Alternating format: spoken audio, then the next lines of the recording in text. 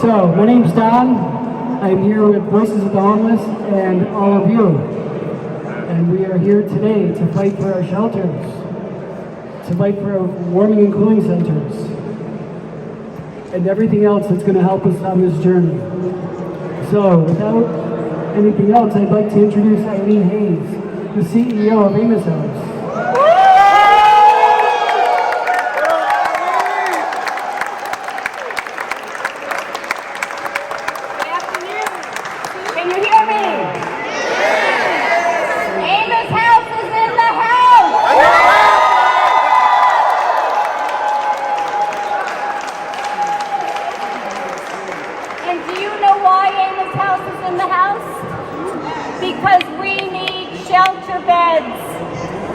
Stay open while, and this is the really important message, while we build affordable housing for all.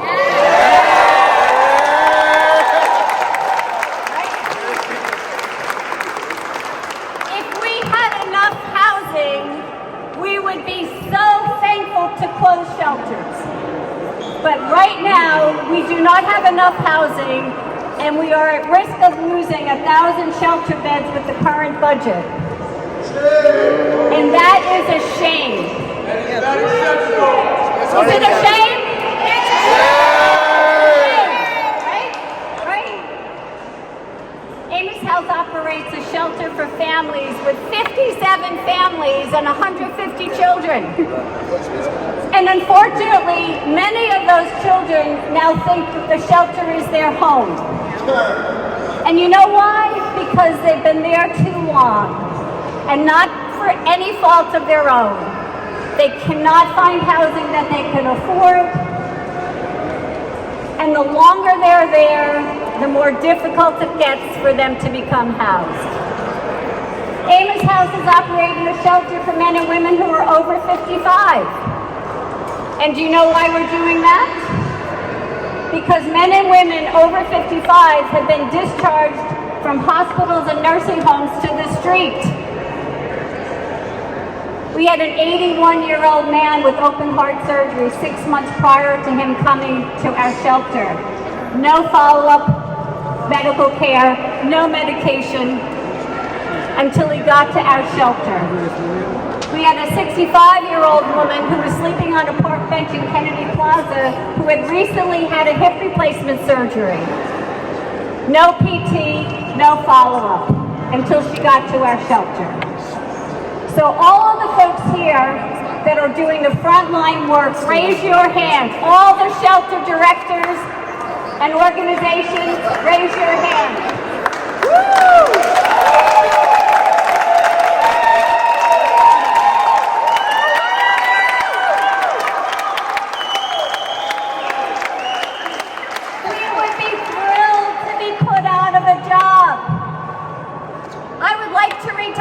I'm getting old. But seriously, this is a life or death situation. Every single human being deserves a home and a bed and a place to call their own, where they can have a key to their own door and lights in their name and a place to feel that they're being treated with dignity and respect every single day. And all of that work is being, yes.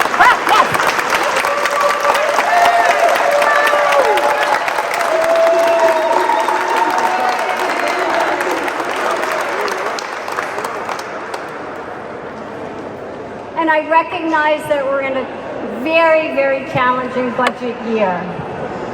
We were able to expand shelter beds with the money during COVID to open more and more shelters. And unfortunately, there's not enough money for everything that has to happen in our state. But people whose lives are at risk should not be the ones that have to forfeit their needs. We have to raise taxes on those who can afford to pay.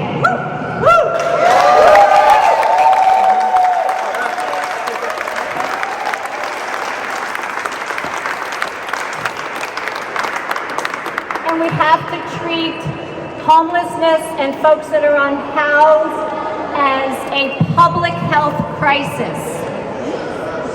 And if we're treating public health crisis with good care, we should have Buddha involved, we should have EOHHS involved, we should have DOC involved and DCYF involved, and all of these things.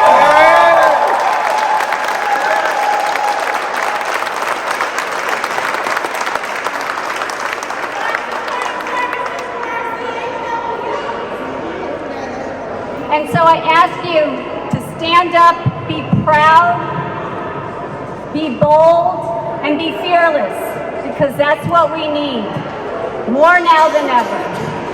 Thank you very much. Thank you, Irene. Thank you all for being here.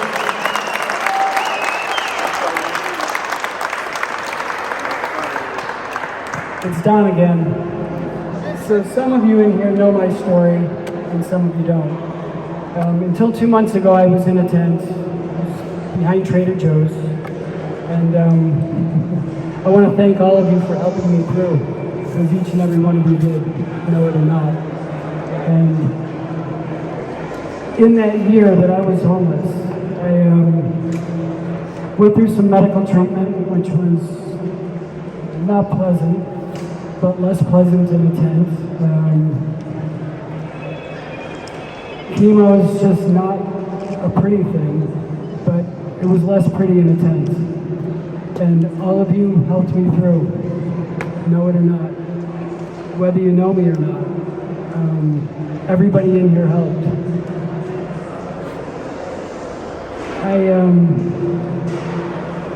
I sometimes don't know where to begin, because if people think that I grew up wanting to be up here talking about one of the lowest points of my life, it's not pleasant. And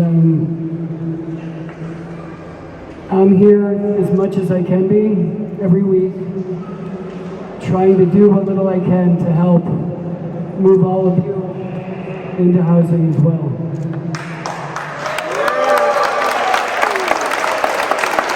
Thank you. So you're going to get little bits and pieces of my story all along. And I think now I'm going to introduce Julio Guerrero from House Dakota. Oh, Camille. Hi, Camille. Come on right up. I'm going to let Camille introduce herself. Hello, my name is Nashi Camille. I go to Nathan Bishop and A little bit louder, love. hello, I'm Nashi Camille and I'm from Nathan Bishop, and I want to talk about how the government shouldn't be cutting budgets for homeless shelters. Yeah, you're doing great. And I feel like shelters, like the government shouldn't be cutting the budgets for homeless shelters, because these shelters provide critical support for people in crisis. There are many reasons why, budgets to cut budgets to homeless shelters are harmful. Homeless shelters offer people a safe space to sleep during extreme weather without the people are exposed to elements which can lead to serious illnesses or even death. Many shelters provide more than a bed. They offer job training, additional recovery programs, mental health services, and housing support. And cutting funds means cutting the tools that help people become independent again. And without shelters, more people end up in emergency rooms, jails, or even on the streets, all of which cost the government more money than supporting shelters would. Communities also suffer when people have nowhere to go. It can also affect cities, and it may increase in public health issues, crimes, and strain on emergency service, helping the homeless help keep communities safe and healthy. It's a moral responsibility that everybody deserves a basic level of dignity and care, and turning our backs on homeless shelters is turning our backs on humanity. Also, cutting homeless shelters budget can also affect kids. The issue with kids is that it has a big impact on their emotions and their physical emotions too. Many children may start to feel anxious, sad, or stressed because of the pressure that they're going to find a stable life. And it can also affect how they see themselves and how they interact with others, and some kids might even have trouble sleeping, concentrating in school, or making friends. Over time, this can lead to lower self-esteem and even mental health problems. And it is important that parents, teachers, and kids themselves understand these effects that can find healthy ways to cope and stay safe.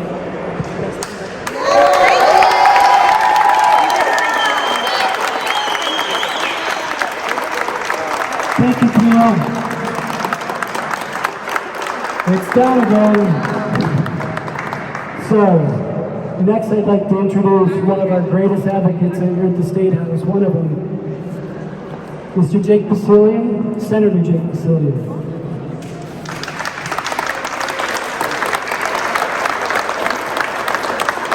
Thank you very much. My first time speaking in the rotunda. Can everyone hear me all right? Hey, Lord. Closer to the lips? Okay. That came out wrong, but that's what Tanzi told me. So, thank you all for inviting me here today, sharing this space with me. We know that there are a number of big systems in the state of Rhode Island that are in crisis right now. We know our healthcare crisis, our healthcare system is in crisis, and we know that we also have a housing crisis. And over the last 5 months, as chair of the Senate Committee on Housing and Municipal Government, my colleagues and myself have heard about this crisis, as I know those in the House of Representatives have as well. I just want to acknowledge there's a few senators standing with me today and standing with all of you today, and that is Senator Peter Apollonio from Warwick up there. Peter, welcome.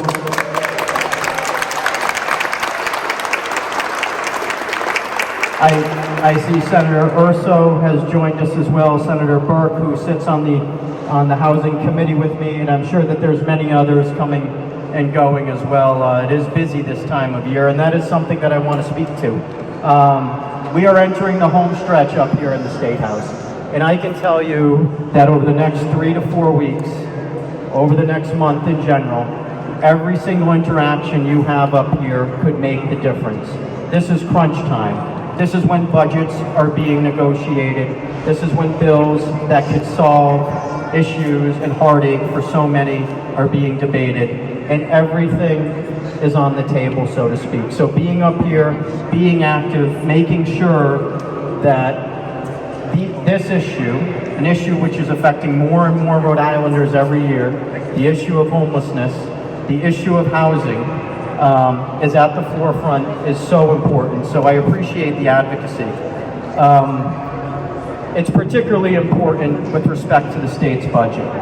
I know that there are a number of bills today that we're talking about advancing, but I can also tell you that the best offense sometimes is a good defense.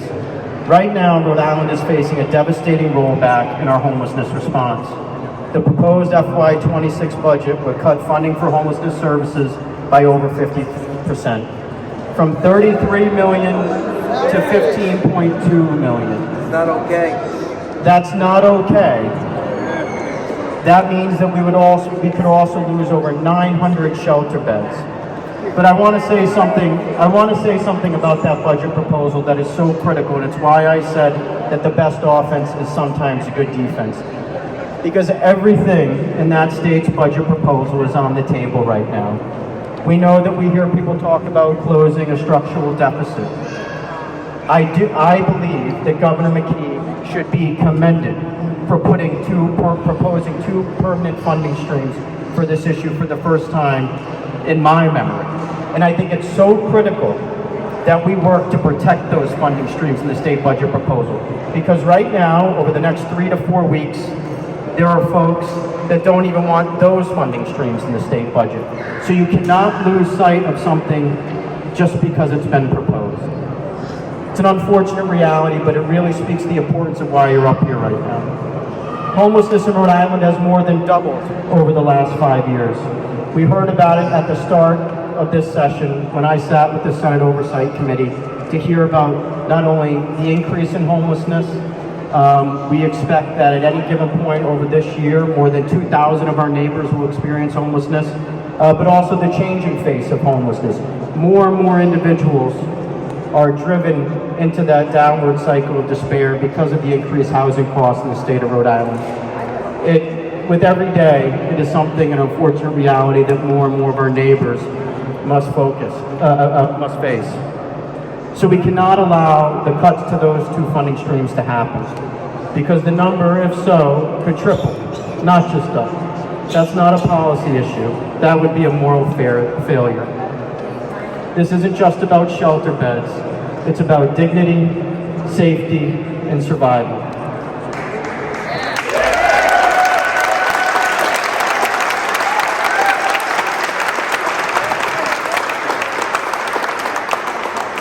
And I mean this because I know sometimes it can never feel like enough, especially when you're dealing with matters of life and death. And that is what we're dealing with now. But you have made real hard-fought progress over the last couple of years. And if you don't work to defend even a small modicum of that progress, all of it could be undone. The governor's budget proposal is a continued step in the right direction, and I want you to know that I fully support these proposals when it's asked to me what's important in the governor's budget.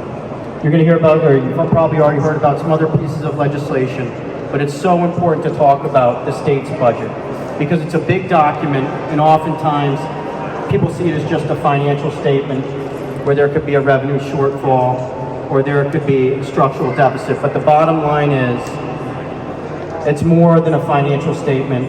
It's a statement of our values. And so when people ask me about what I support in the budget or what I would like to see in the budget, it's often about making sure that we stand up for our values. And so standing up and defending these two proposed dedicated funding streams, I think, is critically important. Because we're going to hear words about fiscal austerity or fiscal responsibility. We're not choosing between compassion and fiscal responsibility. These funding streams can do both. So let's not retreat in the face of this rising need. The one thing I'll just say, we're in the middle of spring, the weather is warming now, and it seems like oftentimes this is an issue that only gets front and center attention when it gets really cold. I have a colleague in the Senate, Senator Mack, who's been a true champion on many of your issues. Give her a round of applause. I don't know if she's here.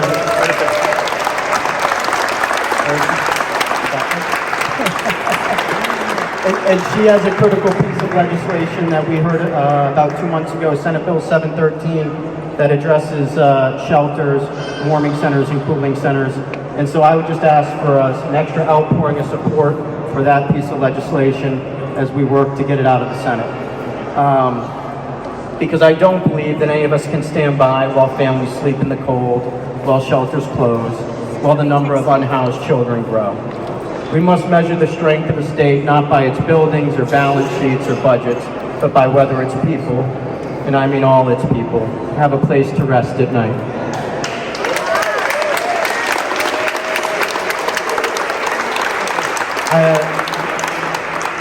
Oftentimes housing, healthcare can seem like such big issues that are beyond our control, but we can measure these issues.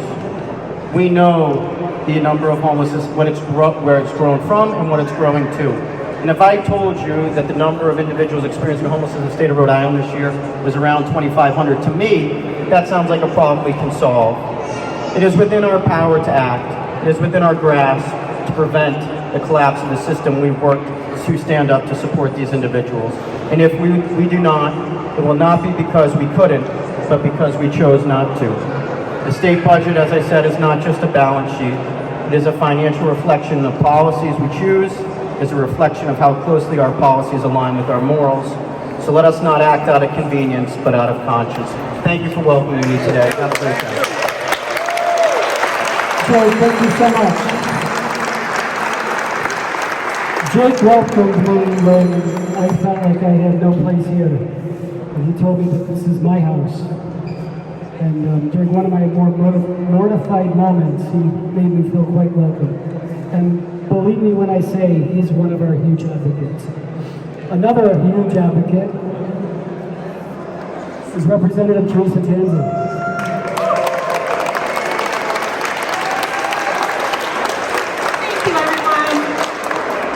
So grateful to be here today. I want to recognize some of my fellow reps and senators that are around. I see we have Chairman Bennett, we have Rep. Lombardo, Representative Furtado. I see Linda Ujifuso, who's up from the Senate side over in the corner. Representative Cherie Cruz would never not be here. She's a true fighter. I saw Rep. Marcelkowski, Chairman Solomon, and yes, absolutely the ever-present Tiara Mack. So thanks to all my colleagues who are here in support of this important funding.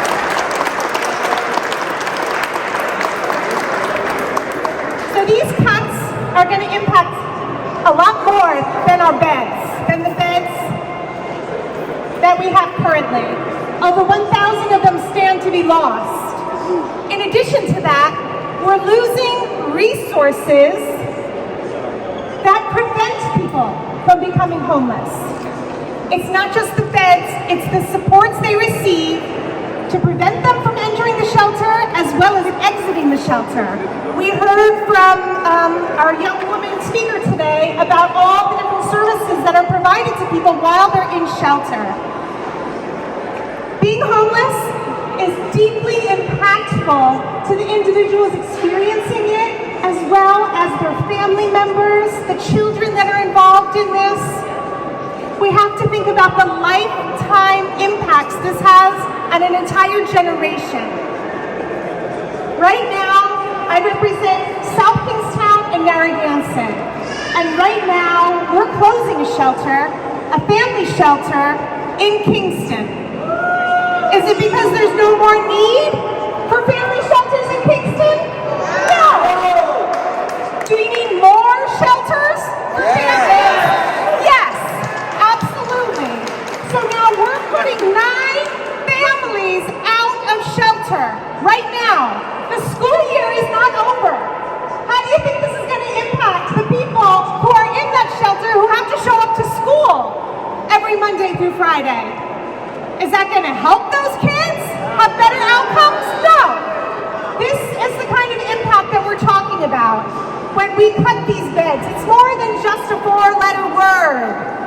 It's hope, it's resources, and it's showing that they're not left behind. We need to show people in our state that they are not being forgotten about. As rents continue to rise, as evictions continue to rise in our state, it's going to come harder and harder for people to find a place that they can afford. This problem is not going away if we don't add this money to our budget. It's not going to magically disappear. Folks who are experiencing homelessness are not going to fade away. We are here. We demand justice. We demand to be honored. We demand to be acknowledged. We are not going away. We will continue to fight for shelter, for support, for homelessness supports, and prevention supports. I want to thank you all for being here and sharing your passion and your anger over this. You have the right to be angry.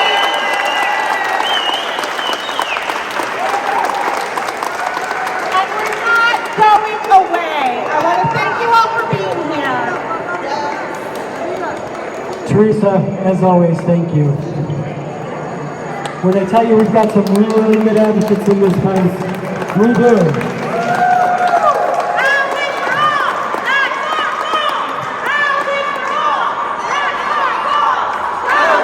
all, that's our call. Housing for all, that's our call. Housing for all, that's our call. Housing for all, that's our call.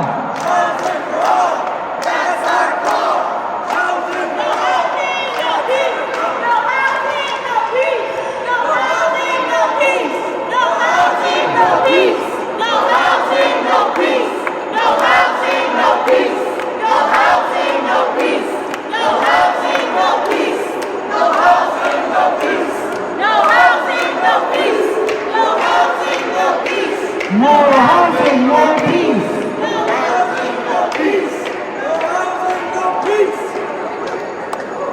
Okay, everybody.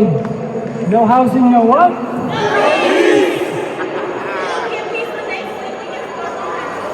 Thank you, Michaela. Next, I would like to bring you Mr. Julio Barrera from House of Kodak. Thank you, everyone. Thank you for that chant, because there's nothing to be peaceful about. Can you agree with me? There's nothing to be peaceful about. When has there ever been anything to be peaceful about with a bunch of people that clearly don't care about anything? I just arrived today, so I don't have a lot to say. I just want to point out some of the things that our lovely friends from OpenDoors put together for us over here. There are some really important facts that have to be put into consideration here today. The Rhode Island budget for fiscal year 2026 includes cuts to homeless services by almost 61%. Boo!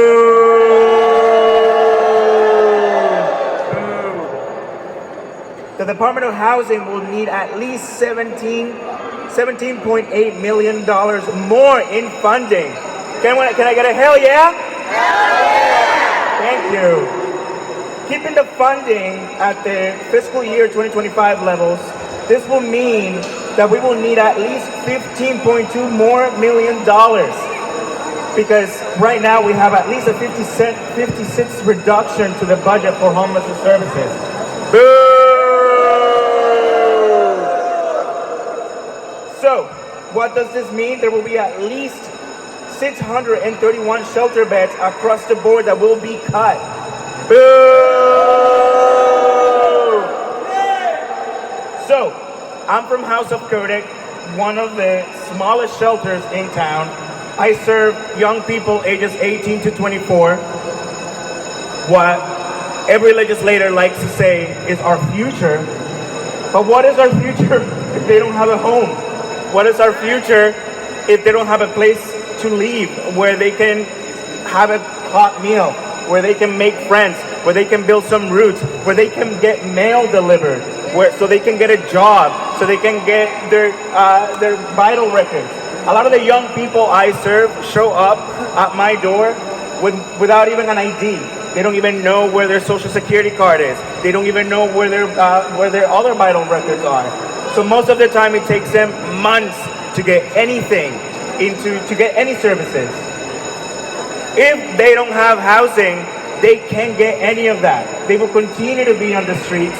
They will continue to not progress, and they will not be our future. House of Kodak also serves and prioritizes working with LGBTQ youth in the state of Rhode Island. Can I get a hell yeah? Hell yeah! Thank you.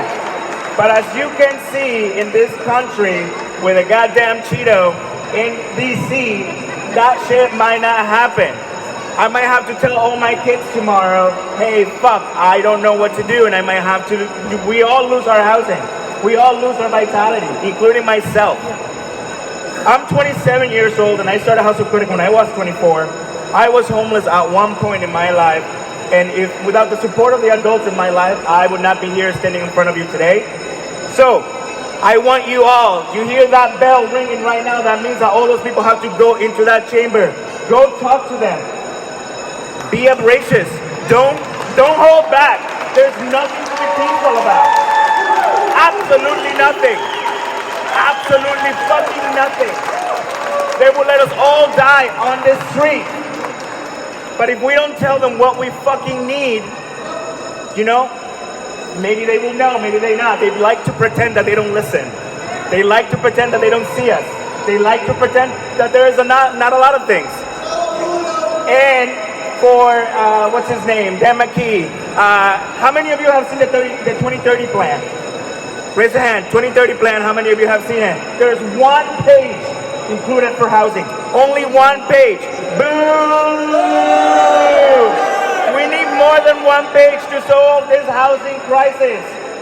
Without housing, people won't survive. Without housing, people can't get the care that they fucking need. People need to survive. We are dying. People are going hungry. We need the money. We need the state of Rhode Island to accommodate more than $17.8 million to the budget for housing services. We need more. We need more money to make sure that our people are taken care for. Don't cut our money. We wake up every day to make sure that these people have what they need. And if without this money, we can't give them anything. We are their hope. You are not. You are just here pretending to be important, making some funny decisions or whatever it is that you want to make. Make a real difference in life and make sure that people are getting housing, not some apartments that cost $2,400 in the West End. That's not what we need. That's not what we need at all. I'll keep it there because I want you all to go and give these people some help. Thank you so much. Thank you, Romeo. Save our shelters. Shelter is my lifeline as well. So I would like all of you to come up and grab one of these so you have your talking points when you go up and talk to them. We're going to make them part of us. Thanks, Teresa. Save our shelters! Save our shelters! Save our shelters! Save our shelters! Save our shelters! Save our shelters! Save our shelters! So thank you so much. Thank you so much for coming. Before you leave, please go up the stairs right behind you.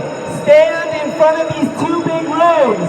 Hold your signs. Talk to any legislator that you can find and tell them what you think. Tell them that we need to save shelter funding. We need to make sure that in those rooms, they hear all of you. Thank you. Thank you so much for coming, and together we can save these funds.